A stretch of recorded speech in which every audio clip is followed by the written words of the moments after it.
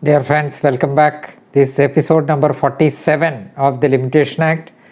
We are continuing with section 18, the decisions under section 18. We will finish it in this episode, then we will go to section 19. Next decision is AER 1990 Kerala 180. Same as 1989 KHC 154. Union Bank of India versus Stephen. It is held that it does not create, section 18 does only extends and does not create a new right of action by the acknowledgement. It is held. Then that is every decision it is so. And then in paragraph 9, I'll read a few sentences. In view of clause A of explanation to section 18, providing that refusal to pay will not affect the sufficiency of the acknowledgement to which it is attached, it is not possible to hold that the acknowledgement would implicit in itself a new promise or contract to pay.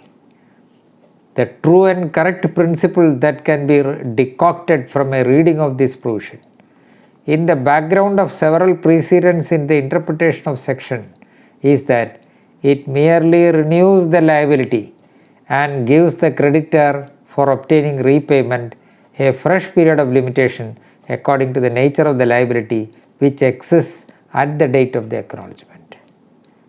An acknowledgement of liability merely extends the period of limitation. Tilak Ram's case was followed. Next is 1979 4 SEC 429. Corresponding citation AER 1979 Supreme Court 1937. Valliamma Champakapillai, Valliamma VALLIAMA Champakapillai versus Shiva Tanu Pillai and others. Acknowledgement of past liability. Mere admission of past liability is not sufficient to constitute an acknowledgement. Paragraph 19. Under section 18 of the Limitation Act, one of the essential requirements for a valid acknowledgement is that the writing concerned must contain an admission of a subsisting liability. A mere admission of a past liability is not sufficient to constitute an acknowledgement.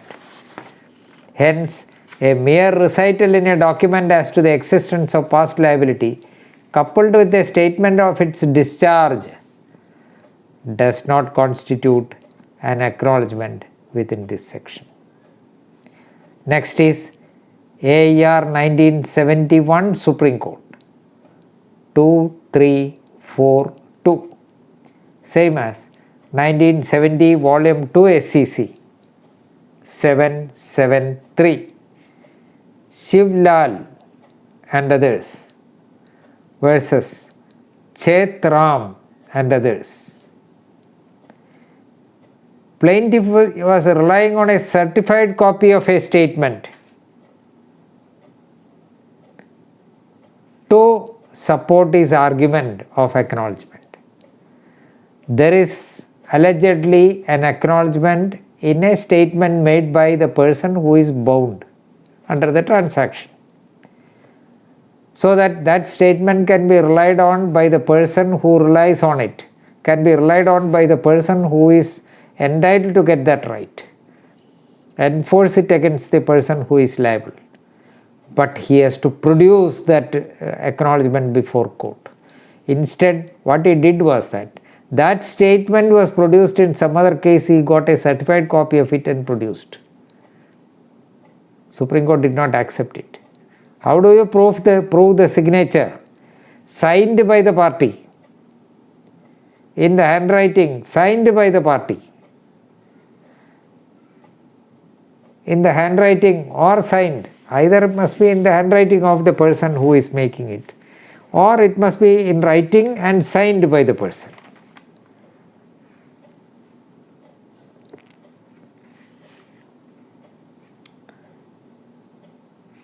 writing signed by the party against whom such property or right is claimed. It must be in writing. Writing need not be in the handwriting of the person who makes it. It can be by another also, that we have discussed. But it must be signed, or it must be in the handwriting of the maker of the acknowledgement. By producing a certified copy, that acknowledgement cannot be proved. Suppose you are relying on, a party is relying on a will executed by the testator, common ancestor, to claim certain properties. The opposite party say no, that will is concocted, will is not genuine, so many vitiating circumstances. But the will is not produced, only a registration copy of the will is produced. Registration copy, it is as good as certified copy. Registration copy can be obtained from the registrar's office if it is a registered document. But it will not contain the signature of the testator, only the signed will be there. And then all signatures by the testator and also by the attesting and identifying witnesses, all those things will be just signed. That is not enough. So a certified copy of a document or a registration copy of a registered document is not enough to prove the acknowledgement. Just like in the case of a will, where proof of the signature is required, and it must be court must be satisfied that the will was executed by the testator. Then the writing is required, the signature is required, and the original document must be before court.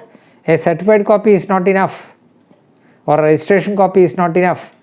Or in a registered document, that document is not available, and there is no dispute regarding the existence of that document, execution of that document, then a registration copy is enough.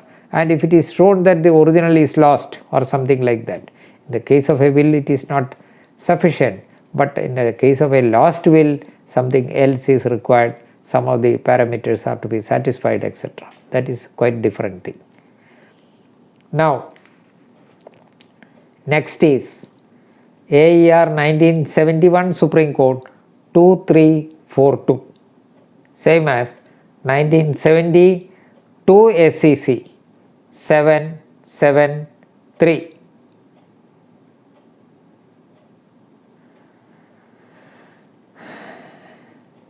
Three judges, Shivalal, and that I cited, I cited it.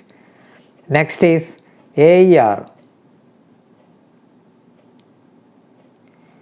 1988 Kerala 89, same as 1987 2 KLT 236, again by Justice Padmanabhan.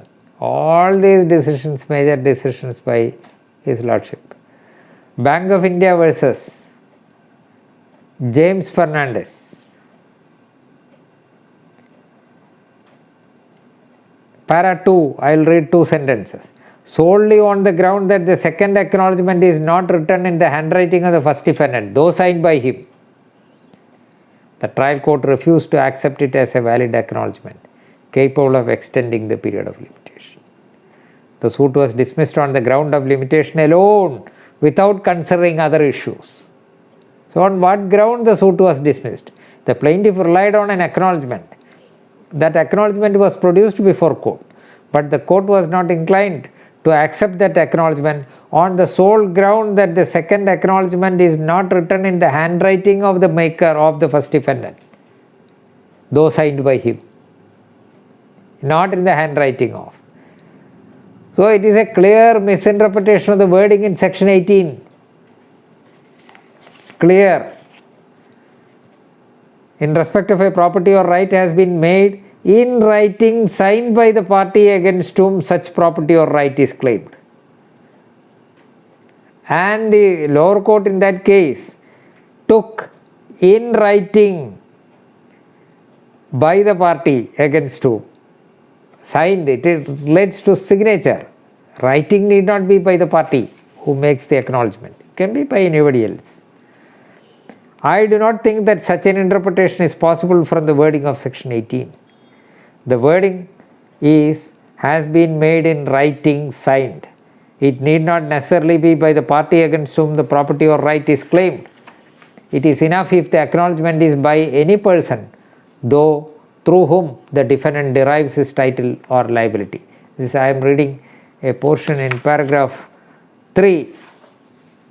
It is enough if the acknowledgement is by a person through whom the defendant derives his title.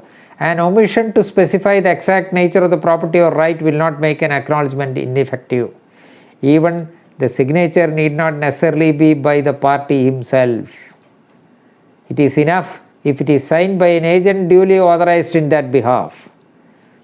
An acknowledgement merely renews the liability and gives the creditor a fresh period of limitation according to the nature of the liability that exists on the date of acknowledgement.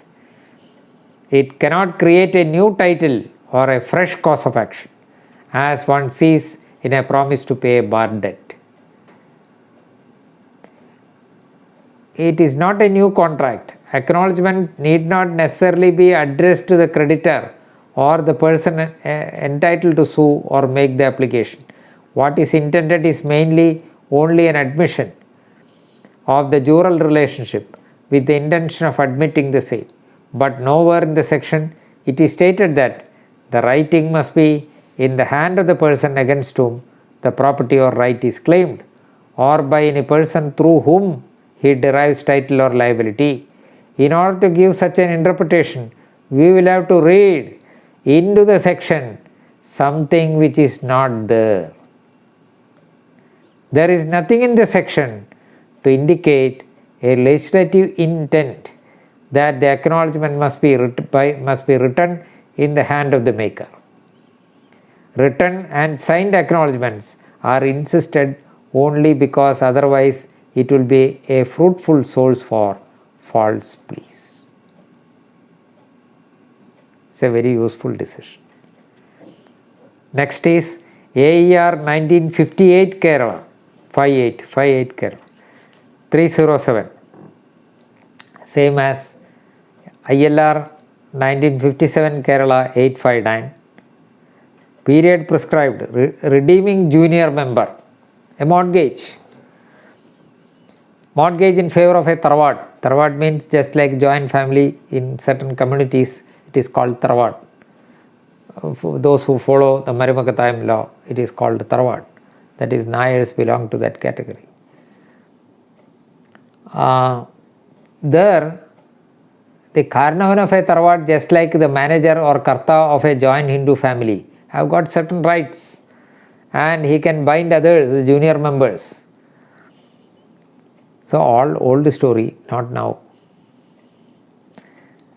And a junior member redeems a mortgage. Can he say that the mortgageor's right will not be available to the other members of the tarwad? Or whether he steps into the shoes of the mortgagee and he will have, whether he has got exclusive right, was the question considered. These observations seem to imply, para 3, that junior members who have redeemed toward mortgages from strangers could still be not taken to be representative of the tarwad in the matter.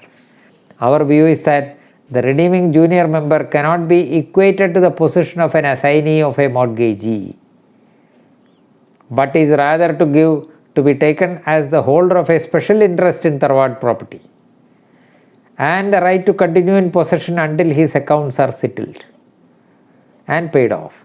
No question of limitation or adverse possession as against the tarwad could arise in this case, but it is unnecessary, however, to decide this question finally in this case. Left open that question. Some of the decisions, it would appear that the redeeming co-mortgagor will be entitled to certain rights, and there was a lot of confusion on it. And so far as a redeeming co-mortgagor being a member of a tarwad, what will be the position was considered. Next is 1999 2 SCC 679. AER citation, AER 1999, Supreme Court 1047. Sampuran Singh versus Niranjan Kaur. It states that the acknowledgement must be during the subsistence of the limitation. Para 9.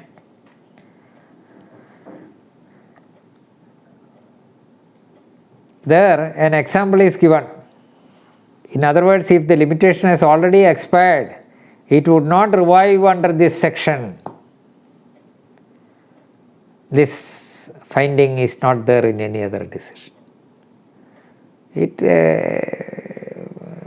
is not a new right. It would just fresh period will be available, just extension, etc. All those decisions say. Thus, acknowledgement, if any, has to be prior to the expiration of the prescribed period for filing the suit. In other words, if the limitation has already expired, it would not revive under this section. It is only during the subsistence of the period of limitation. If any such document is executed, the limitation be revived afresh from the set date of acknowledgement. It is a revival. That revival takes place only if the acknowledgement is made during the subsistence of the liability. In the present case, see that case. In the present case, admittedly, the oral mortgage deed is in March 1893. Some document evidencing the transaction. March 1893. And under the 1908 Act, the period of limitation for redemption of mortgage was 60 years, which has been reduced to 30 years under the present Act. The maximum period which was available under the 1908 Act was 60 years. Suit by government, suit for redemption, and various other suits. 60 years was the maximum period. But now, whatever may be the nature of the suit, in the present Act, the maximum period is 30 years. In the present case, admittedly, the mortgage is in March 1893. If the period of limitation for filing suit for redemption is 60 years, then limitation for filing suit would expire in 1953. Thus, by the execution of this document dated 11th January 1960, it cannot be held by virtue of section 18 that the period of limitation is revived afresh from that date. See, such cases are decided by the Supreme Court means what? In spite of the wording in section 18 that before the expiration of the period. In the opening words of section 18 itself it is there. Where before the expiration of the prescribed period is there. But still the arguments went on.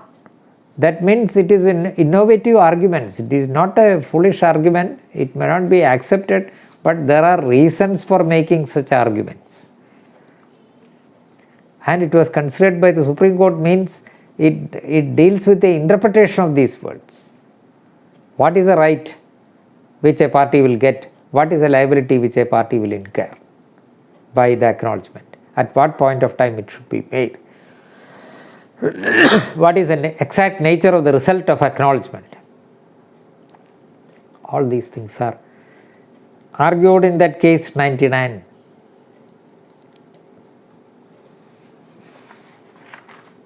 Next is 2000 volume 9 SCC. 2000 volume 9 SCC 722, same as AER 2000 Supreme Court 3597. State of Kerala versus TM Chacko.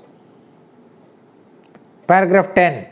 It may be noted that for treating a writing signed by the party as an acknowledgement, the person acknowledging must be conscious of his liability, and the commitment should be made towards that liability. It need not be specific, but if necessary facts which constitute the liability are admitted, an acknowledgement may be inferred from such an admission. Next is AER 1979 Calcutta 374. Calcutta High Court, Justice Pratibha Banerjee. there is a reason why I said this judgment.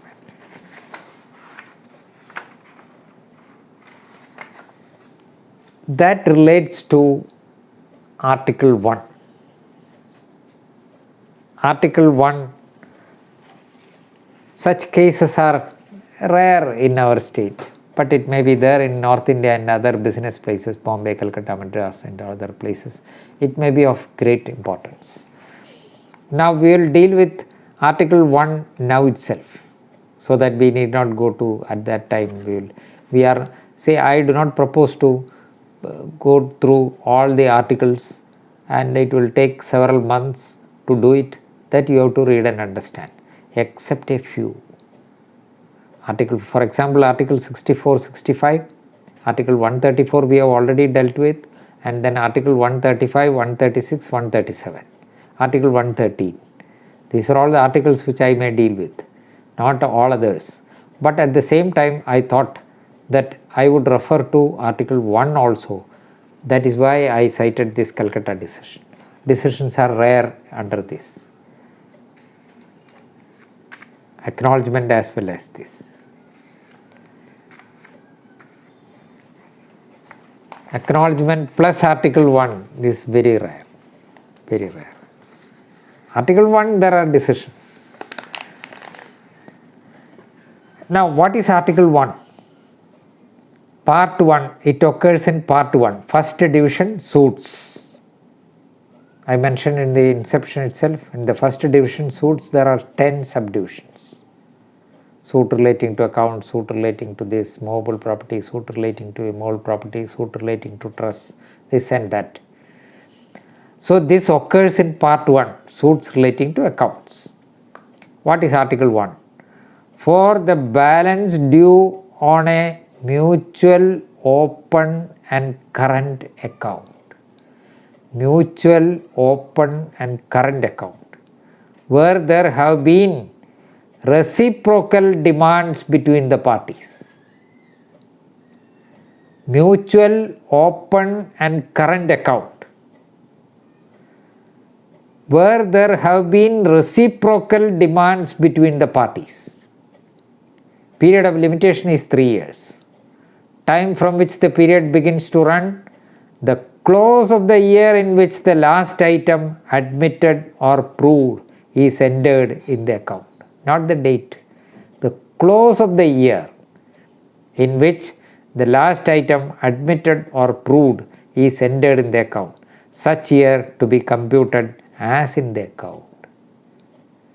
That is calendar year or financial year, whatever it is, as in the account. What is this? There may be open, mutual and current account between business people. I supply certain goods to you. You supply certain other goods to me. Mutual. I am a dealer in a particular item. You are the manufacturer or dealer come manufacturer of a particular some other item, or some other material which is required for my manufacturing process, whatever it is. That means I supply goods to you and money has to come from you for that. You supply goods to me and I have to pay the money. But their money may not be paid as such. Sometimes there may be payment of money, sometimes not. It goes on and on until our relationship is disrupted. Business relationship comes to an end. It goes on. What is the test whether it is a mutual, open and current account? At certain point of time, if an account is settled, I will be entitled to get money from you. Tomorrow at certain other point of time, if the accounts are settled, you may be entitled to claim money from me because your goods come to me. On the other hand, that is to be distinguished from, I supply certain goods to you and you pay money in a few intervals. I account for it. I go on supplying, you go on paying. that is not mutual open and current account, that is only a business transaction.